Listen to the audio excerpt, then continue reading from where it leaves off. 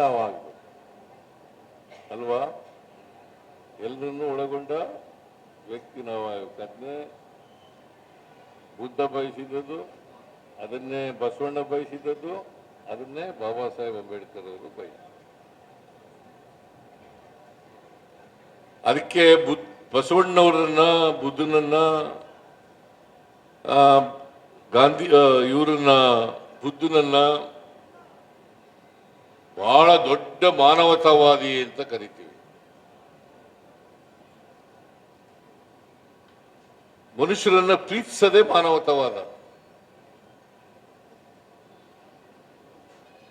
ಈಗ ನಮ್ಮ ಜನ ಹೆಂಗೆ ಅಂತಂದ್ರೆ, ಪ್ರಾಣಿಗಳನ್ನ ಪ್ರೀತಿಸಿ ಬೇಡ ಅಂತ ಹೇಳಲ್ಲ ನಾನು, ಆದ್ರೆ ಪ್ರಾಣಿಗಳು ಪ್ರೀತಿಸ್ತಾರೆ, ಮನುಷ್ಯನನ್ನು ದ್ವೇಷಿಸ್ತಾರೆ. ಇದು ಹೋಗ್ಬೇಕಲ್ವಾ? ಇದೆಲ್ಲ ಹೋಗ್ಬೇಕಾದ್ರೆ ನಮ್ಮಲ್ಲಿ ಸಮಾನ ಅವಕಾಶಗಳು, ಪರಸ್ಪರ ಸಮಾನತೆ, ಸಮ ಸಮಾಜ ನಿರ್ಮಾಣ ಆದಾಗ ಮಾತ್ರ ಸಾಧ್ಯ ಆಗ್ತದೆ. ನಾನು ವಿದ್ಯಾವಂತನಾಗಬೇಕು, ನಂತರನೇ ಬೇರೆಯವರು ವಿದ್ಯಾವಂತರಾಗಬೇಕು.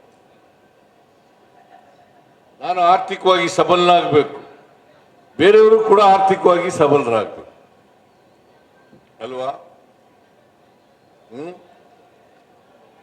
ನಾನು ಮಾತ್ರ ಶ್ರೀಮಂತರಾಗಬೇಕು, ಬೇರೆಯವರೆಲ್ಲ ಒಟ್ಟಿಗಿಲ್ದೇದವ್ರ ತರ ಇರಬೇಕು ಅಂತಂದ್ರೆ ಆಗತ್ತಾ?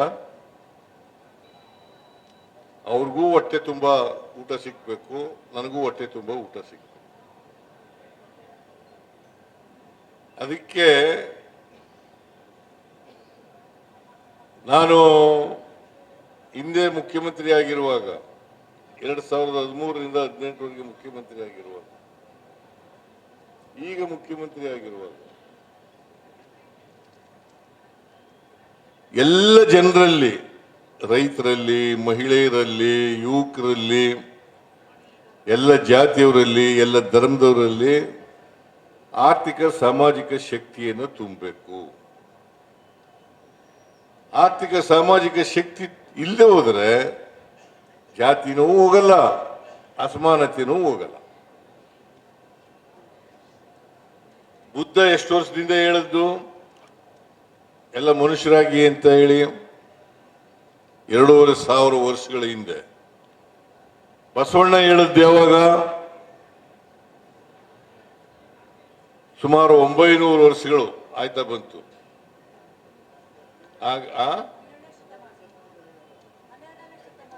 12ನೇ ಶತಮಾನ ಅಂದ್ರೆ 900 ವರ್ಷ ಆಯ್ತಲ್ಲಮ್ಮ.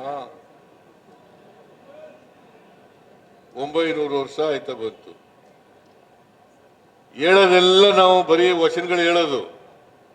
ಇವನಾರವ, ಇವನಾರವ, ಇವನಾರವ ಎಂದು ಎನಿಸದಿರಯ್ಯ, ಇವ ನಮ್ಮವ, ಇವ ನಮ್ಮವ, ಇವ ನಮ್ಮವ ಎಂದೆನಿಸಯ್ಯ, ನಿನ್ನ ಮನೆಯ ಮಗನೆಂದೆನಿಸಯ್ಯ, ಕೂಡಲ ಸಂಗಮ ದೇವ. ಹಿಂಗೆ ಚಪ್ಪಾಳೆ ತಟ್ಟದು ವಚನ ಹೇಳಿದಾಗ.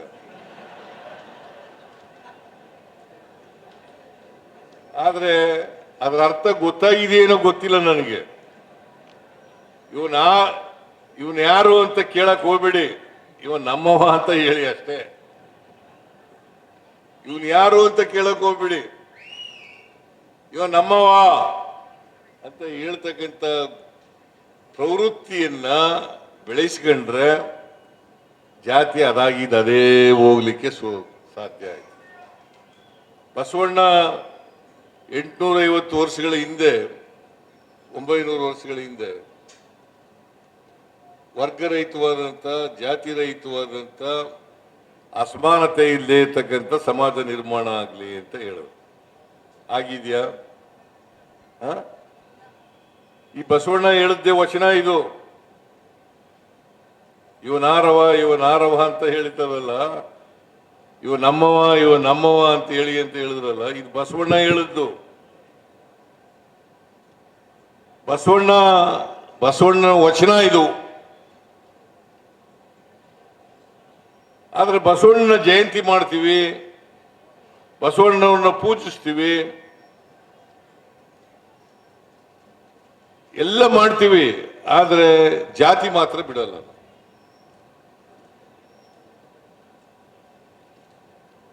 ದುರದೃಷ್ಟವಶ ವಿದ್ಯಾವಂತರಲ್ಲೂ ಕೂಡ ಜಾತಿ ಬೆಳೆದು ಬಿಟ್ಟದೆ.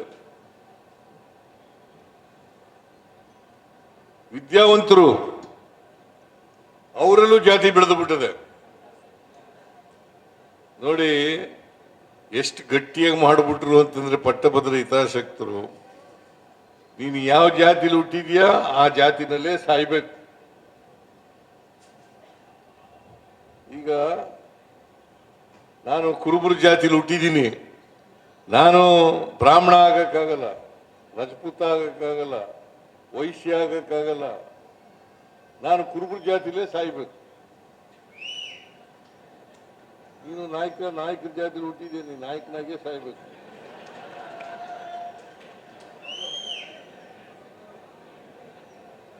ಅದಕ್ಕೆ ಲೋಹಿ ಅವರು ಹೇಳ್ತಾ ಇದ್ದದ್ದು, ವರ್ಗಕ್ಕೆ ಚಲನೆ ಇದೆ.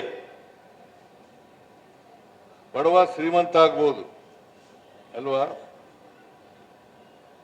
ಶ್ರೀಮಂತ ಬಡವನು ಆಗ್ಬೋದು. ವರ್ಗಕ್ಕೆ ಚಲನೆ ಇದೆ, ಆದರೆ ಜಾತಿಗೆ ಚಲನೆ ಇಲ್ಲ.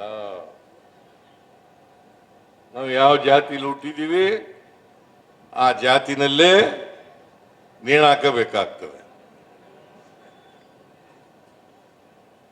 ಜಾತಿಗೆ ಚಲನೆ ಇಲ್ಲ. ಚಲನೆ ರಹಿತವಾದಂತ ಸಮಾಜ ಇರೋದ್ರಿಂದ ನಮ್ಮಲ್ಲಿ ಜಾತೀಯತೆ ಅಷ್ಟು ಸುಲಭವಾಗಿ ಹೋಗಲ್ಲ. ಚಲನೆ ಸಿಕ್ಕಿದಾಗ ಮಾತ್ರ, ಯಾವಾಗ ಚಲನೆ ಸಿಗುತ್ತೆ, ಎಲ್ಲರಿಗೂ ಆರ್ಥಿಕವಾಗಿ ಸಾಮಾಜಿಕವಾಗಿ ಶಕ್ತಿ ಬಂದಾಗ ಮಾತ್ರ ಚಲನೆ ಸಿಗ್ಲಿಕ್ಕೆ ಸಾಧ್ಯ. ಎಲ್ಲರೂ ವಿದ್ಯಾವಂತರಾಗಬೇಕು, ಎಲ್ಲರೂ ಸ್ವಾಭಿಮಾನ ಬರ್ತಕ್ಕಂಥ ರೀತಿನಲ್ಲಾಗಬೇಕು, ಎಲ್ಲರೂ ಆರ್ಥಿಕವಾಗಿ ಸಬಲರಾಗಬೇಕು, ಶೈಕ್ಷಣಿಕವಾಗಿ ಸಬಲರಾಗಬೇಕು, ರಾಜಕೀಯವಾಗಿ ಸಬಲರಾಗಬೇಕು. ಇದಾದಾಗ ಮಾತ್ರ ಜಾತಿ ಹೋಗ್ಲಿಕ್ಕೆ ಸಾಧ್ಯ. ಇಲ್ಲರೂ ಹೋಗ್ತದ? ಈಗ ಪರಿಶಿಷ್ಟ ಜಾತಿನಲ್ಲೇ 101 ಜಾತಿಗಳಿದಾವೆ. ಎಷ್ಟು? ಪರಿಶಿಷ್ಟ ಜಾತಿನಲ್ಲೇ 101 ಜಾತಿ ಸಬ್ಸೆಟ್ಗಳಿದಾವೆ. ಅದಕ್ಕೆ ಬಾಬಾ ಸಾಹೇಬ್ ಅಂಬೇಡ್ಕರ್ ಅವರು, ನಾನು ಹಿಂದುವಾಗಿ ಹುಟ್ಟುಬಿಟ್ಟಿದ್ದೀನಪ್ಪ, ಅದು ನನ್ನ ಕೈಲಿರಲಿಲ್ಲ, ಆದರೆ ಸಾಯುವಾಗ ಹಿಂದುವಾಗಿ ಸಾಯಲಾರೆ, ಅದಕ್ಕೆ ಬೌದ್ಧ ಮತ ಸೇರ್ಕೊಂಡ್ಬಿಡ್ತೀನಿ ನಾನು ಅಂತೇಳಿ ಬೌದ್ಧ ಮತ ಸೇರ್ಕೊಂಡು. ಯಾಕೆ ಸೇರ್ಕೊಂಡ್ರು ಗೊತ್ತಾಯ್ತಾ? ಗೊತ್ತಾಯ್ತಾನೆ? ಆದಿ ಕರ್ನಾಟಕ